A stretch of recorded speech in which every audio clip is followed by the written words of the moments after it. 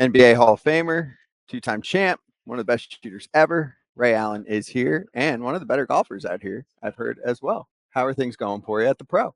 Good. I mean, I don't think we could have had a better week. The course is in great shape. It's always interesting when you come the day before, 2 days before you play the course. It Once the tournament starts, it's a different course because they speed the greens up, and so you get a little timid around the greens. That putting stroke isn't exactly the same the way it was in that practice round. So the course has been good. And this group is good, hmm right?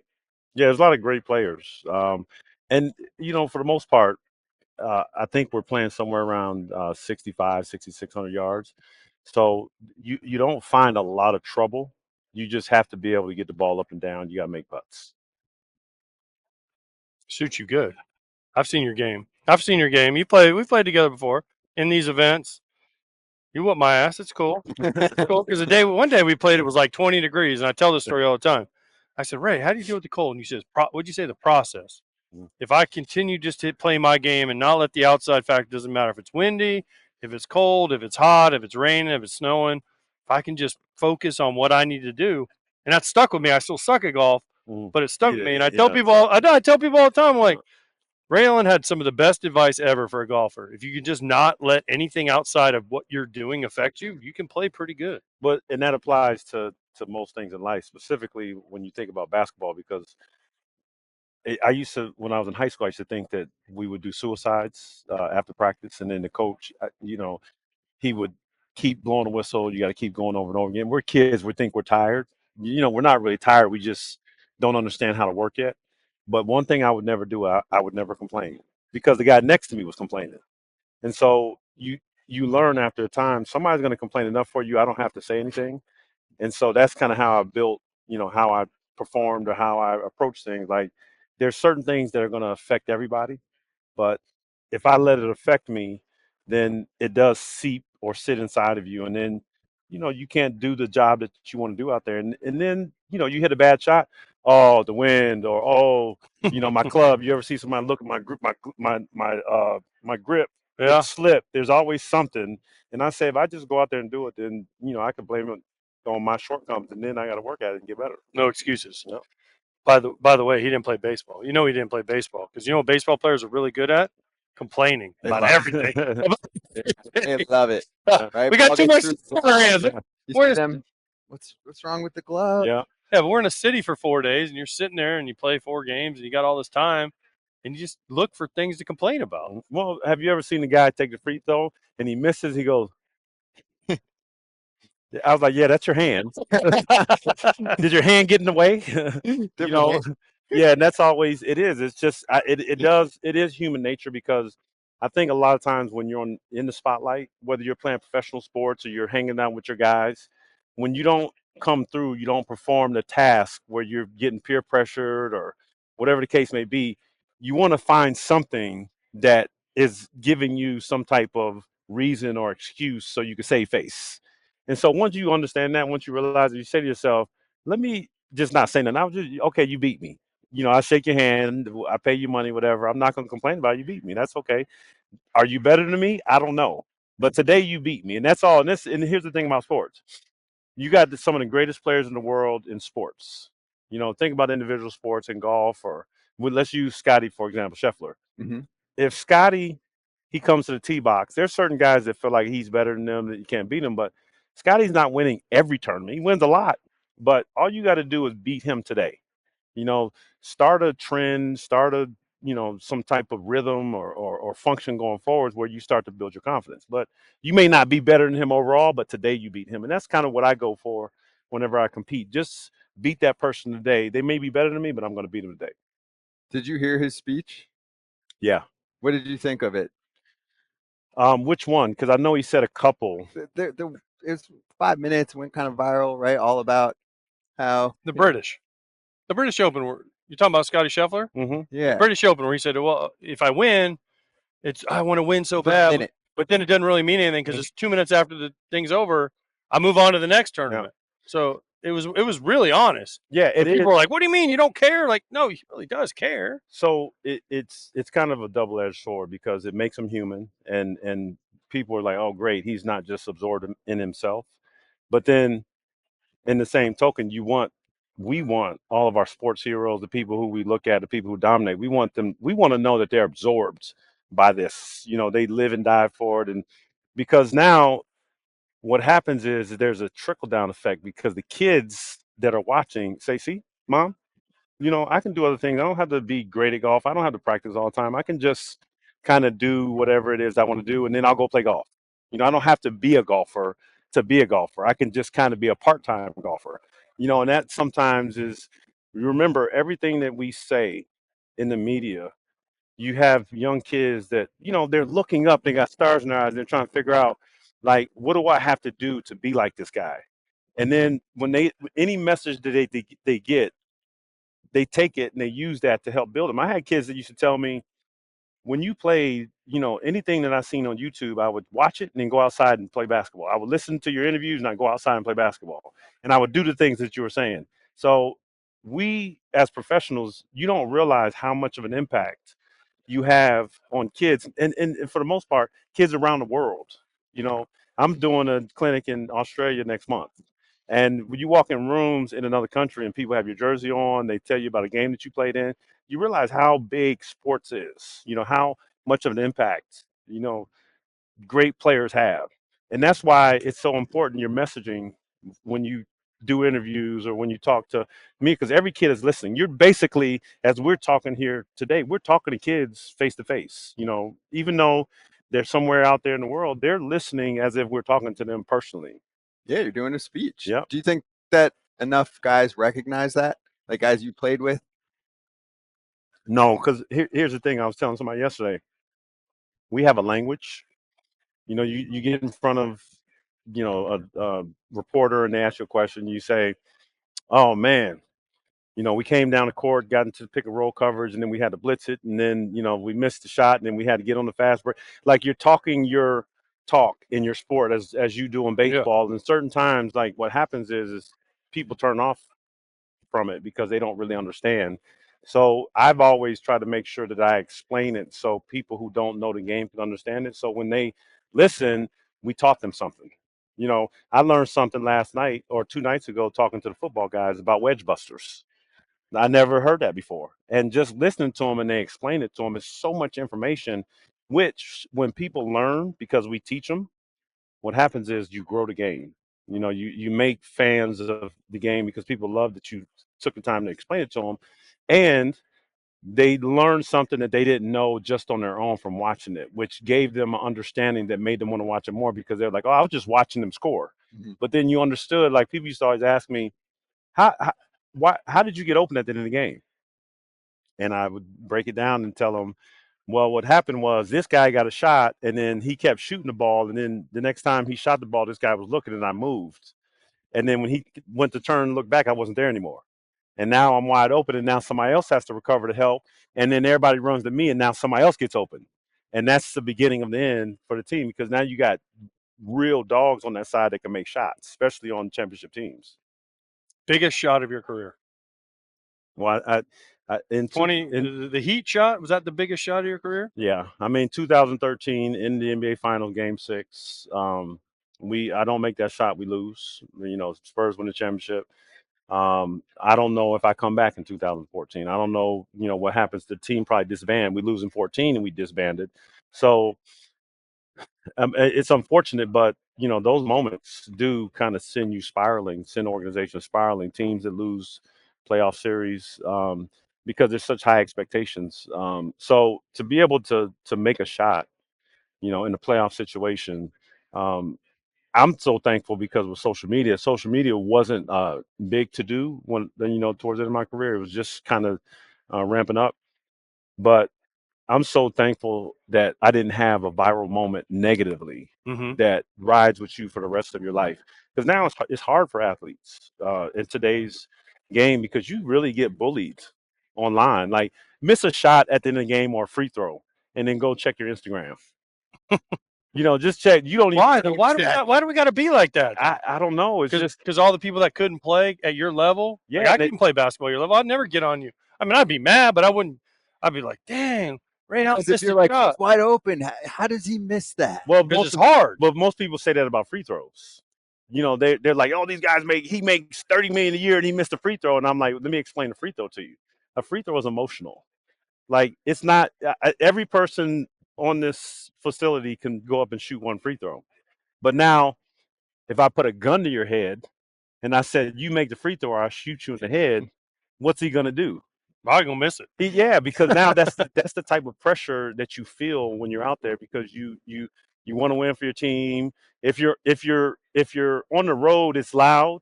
If you're at home, it's quiet. Which would you rather be in? You know, either way, there's a sense of anxiety. So I used to practice that anxiety in practice, like, free throw games. Like, you always got to put something on it. Same thing in golf. Like, you bet when you're with your guys. So when you do come into these situations, I've hit bad shots before. I can recover. I know how to get out there. I know how to do these different things, because now it doesn't affect my mindset. I've been under pressure situations. I always tell guys, we're in a foursome, and guys talking trash to me, and I'm like, he's like, oh, you can't handle this pressure. I said, let me help you out here. You go home and get 16 to 18,000 of your friends, and maybe you might have a chance, because I've performed under those constraints, whether home or on the road. And what's fascinating is when you either bring the people to their knees or to their feet. If you're at home, you bring them to their feet, and then when you're on the road, you bring them to their knees. And that's the beauty of being able to perform at a high level and come through for your team. Mm-hmm. I love all. Oh, That's dude, that good. is such awesome Yeah. things for people to understand, and they also just how hard it is. But by the way, baseball players, we play in front of 40 to 50,000. I So know. that's 16, That's what I so said. 16 to 18. This doesn't do nothing to you then. Yeah. No, it does, because you just don't want to top the first one. Well, because it's quiet too. Yeah, but this is the No, quiet I always say, by a free like, throw. people Yeah. talk while like Yeah. music, talk, please, because everyone being quiet is more freaky than everyone. I'd rather have Yeah. everyone yelling at me, booing me, Yeah. screaming at me. Because now you can find comfort in that. Yeah. Because there's a peace in that madness, and that's what happens in our brains. Is where, you're talking trash to each other in practice. Coaches yelling. There's whistles blowing, sneakers squeaking. The guy who's guarding you all day long, he knows all your tendencies. So the minute you get into a real situation, you're like, oh, this is where I live. I'm born to do this. All right. So speaking of trash talking, I just have one trash talk for you, and I don't know how hard it's going to hit, but I'm a Gator fan. Uh-oh. Florida, Uh-oh. took out Hurley, and he bitched and moaned about the refs and whined and moaned like he always does every time he loses. Florida beat you in '94. DeMeat Hook took you all down to go to the Final Four. I was First on time that ever. team. So Florida's 2-5 all time Mm-hmm. against UConn all time, but they're 2-1 in the NCAA tournament. So Florida owns UConn basketball. Well, I wouldn't And say Florida's not necessarily a basketball school, but they own UConn. Well, this is what you call a revisionist history. When you say 2-5 against us, Yeah, but those are regular season. Nobody cares. It doesn't matter. Listen, Florida has been consistently, even though they're a football school, they've been consistently a good basketball program. This past year, they came out of nowhere. Because nobody. Walter Clayton was a stud. Yeah, he was. And think about how good the SEC was this year. Just playing in the SEC, all those teams, they had such a battle throughout their conference, throughout the regular season. So they were primed for that, and they had guys that could play. Every time at the end of the year when we're playing, you talk about. I don't fill out brackets, but I just love to watch it. Yeah, and I tell people all the time, like, look at the teams that have 4-year players. A lot of times they're now transfers, but guys who don't have fear, guys who score, guys who have the confidence of the coach. Typically a point guard, and he was that guy, this year, for Florida, because he carried them, and he had down the stretch, he made some big buckets, and everybody relied on him to be able to do that. And they beat my boys, but we'll be back. Okay. We'll see you guys. I think they play again this year, so Florida can get to 3-5 against them.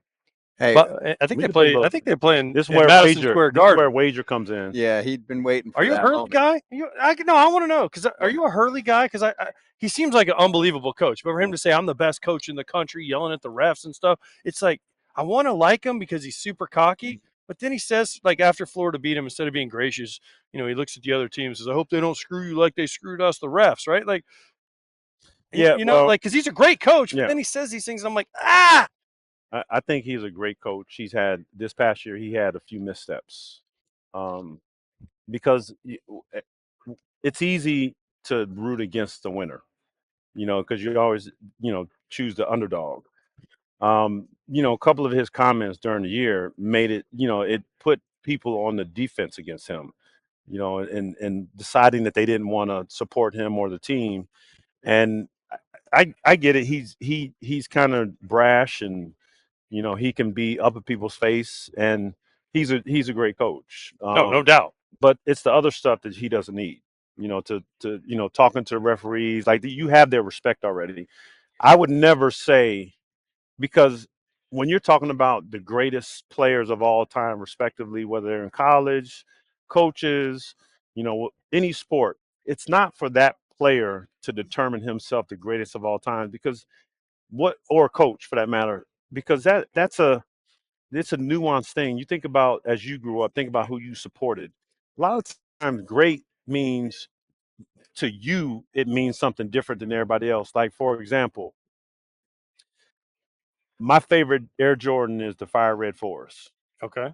Why? Because there's nostalgia associated with them. I didn't own a pair when I was growing up, but I knew the kids that did, and my tongue was wagging every time I seen them walk by, and that just, in my brain, it just always lived with me. So when I got older and I seen them, I was like, I can't believe I had a Fire Red Forest, and it brings me back to that time of my life, and so that's what players do for young people. Like, you play in a city with some kid that like I heard the story with Kobe, and one of the draft picks, I forgot his name, and he gave him money and helped support him, and he ended up getting drafted this year. I can't remember the kid's name, but when you have that interaction with an athlete early, or just to see it on TV in your city, that guy is going to be your greatest of all time, no matter what anybody says to you. And that's why sports is such an integral part of American society. You don't even have to play them. Just to be able to, everybody watches the Super Bowl, everybody watches the World Series, everybody watches the NBA championship. Even if you don't watch, you go over to your friend's house where there's a party, you watch it. It's a part of who we are and what we do. And that's why there's so much money in it, because everybody kind of channels football season about to start. Everybody's going to be on Sunday or Saturday watching college football, first Yeah. game of the season. And everybody looks forward to it. It's just a feeling. It's a time of year, the fall, that people look forward to. And that's just the American way. All right. Well, I'm going to ask you, who's the best player all time, NBA? MJ. Okay. You got to say that. Yeah, I don't have to. I just remember I came in 96. Yeah. So I seen a lot of great players. And for me with him, every player that played against him did not want to see him, had fear. Um, we couldn't do anything. He just had a command of the game that was just second to none, and everybody knew it. It was just a matter of not letting anybody else get off, but he could score at will, over the top of you, underneath you, through you. I mean, it was insane. And even, I talk to my kids about it, and I'll send them highlights, and it's like, as much as he played with power, he also had finesse in his game, so he could jump over you, but he also just had this ability to just kind of hang in the air and just score at will. True. All right, last one for me. Former teammate that you'd love to play a team with, and former teammate where you'd be like, "This, I wouldn't want to. He wouldn't pay attention. He Hold on, was say a that. character." You got to ask that question. Former teammate that you'd want to play around to golf with. Mhm. Former teammate that you would be like, "I don't want to play around with him. He's crazy, or he would bother me, or he can't focus." But former teammate that you would want to play with, you're like, "Ah, he was just, I could talk with him for 20 hours." Well, I think Sam Cassell would be fun for anybody on the golf course, because he's a competitor. He just, he'll try and figure it out. He may suck at first, but then, he'll pick it up. And then you see guys out. The thing about golf that I've known for as long as I've played it, I'd be coming back from golf during the season. I'd had a day off. We'd be on the road, and guys would be like, "Oh, you out there messing around with that golf crazy game." And then I'd see them guys when they retired and their golf clubs in their hand. I was like, man, I wish I would have played it then, because you guys don't understand. One, golf kept me out of trouble. I didn't stay up late. I knew I had a tea time in the morning. It actually helped me understand the things I need to work on in my basketball game, you know, as well as as golf. So when guys figure that out, they realize, and then you realize young guys don't have the patience, So there's some guys that like you could never play golf because you just can't slow down, you can't get up, you can't, you know, just be on the golf course. Your head's, and I would say that's for every young guy that comes into the league because you just I wake up at 4:45, 5 every morning. You get a workout in, you go play golf, and it's just conducive to now how I live. Mm-hmm. I love that. All right. Before we let you go, one last question. More famous for your NBA career or Jesus Shuttlesworth? NBA for sure. But a lot of people, I mean, my age, Mm. probably the younger generation doesn't know about He Got Game and when you were Movie in that star movie. at a young age. Well, it's Yeah. it's How the heck did collaborative. Spike Lee pick you though at that age? Yeah. Well, he didn't pick me. I wooed him. You wooed Yeah. Spike? Yeah. It's you know, there's some people that love sports that don't watch movies and vice versa. So it was great collaboration because it was a sports movie, and he asked me when I was my rookie season when we were playing the next season. It was April. He's like, the season's coming to an end. He caught me at halftime. And he said, I'm doing a movie. I would love for you to audition for it. I didn't know what the movie was. So I gave my contact. We talked. I came in because I live in Connecticut in the summer. So I drove up to the city, and he sent me a script, and I kind of did some sides, and that's when I met Denzel for the first time.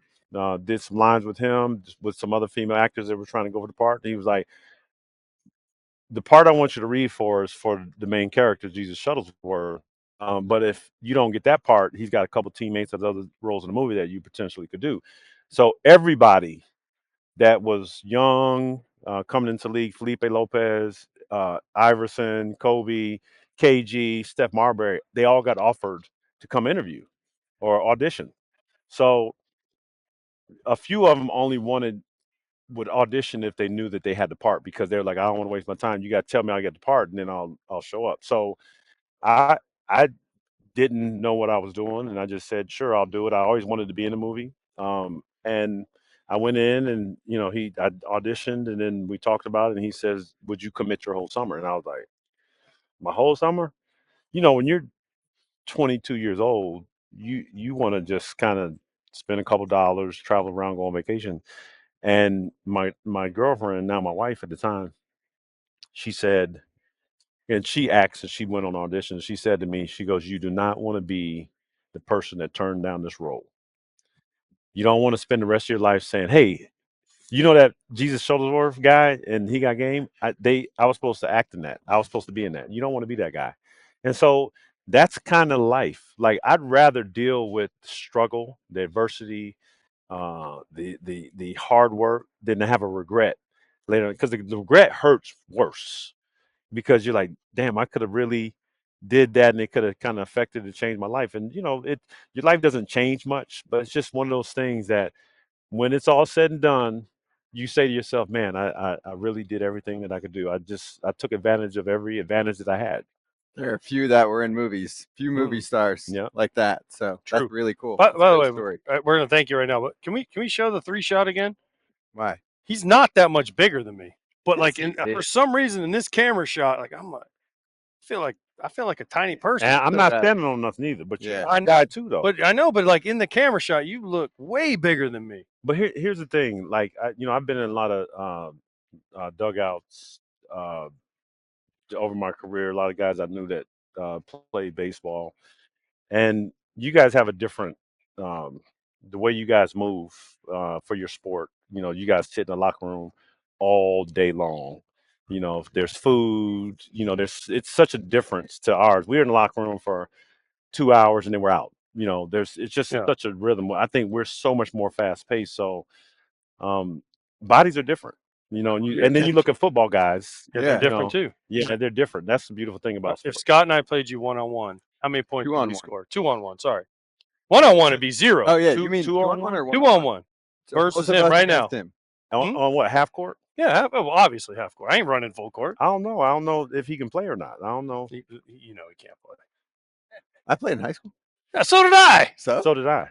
If Yeah. he's on another planet. it was make it, take it. One-on-one, it's 11-0 every time. Oh, easy. But Yeah. 2-on-1, I don't know. I So mean, here's the thing: people don't realize, like, because I even tell my boys, because they're learning this, because I have a 20, 18, 16, 13-year-old. And they have this issue when they're younger of just understanding their position in basketball. Like what they'll do is when they're on offense, they'll go around the person. And I was like, no, you got to go through them like you play with force. So anytime in the off season I would play, I'd go to the health club and I'd work out. And, hey, you want to get – and sometimes I just need to get some wind and just kind of run down. I was like, yeah, I'll run with you guys. I'm like going through these guys and like, you're fouling me. I'm like, no, that's not – I'm not fouling you. I'm going me, by the way. I'm going through you, and that's the thing people don't realize, the physicality of the game. The reason you don't realize is because defensively the guy's pushing on you too, so you're pushing back, and every now and then you see the guy fall, and then they're like, oh, he pushed him. He's like, no, he flopped because he's grabbing on him and holding him, and the minute the guy goes back at him, then he falls. And so there's a physicality that people really don't understand when you're playing with professional guys, because if you've never played, even in college, you can't just understand just what it feels like for somebody to go downhill kind of right at your chest. And when you see a 6'7" guy come at you downhill with speed, you almost do like this. You're like, I don't want to be in the way. And that's what happens every time Scott tries to guard me. I just go downhill and he gets I take the charge. You don't want to take that charge. You got to play outside. That's a different level of physicality. For real. Well, Ray, this was awesome. Thanks for stopping by. Good luck in day 3. Yeah, thank you guys. Thank you. Yeah, thanks, buddy. Okay. Appreciate it. That was fun.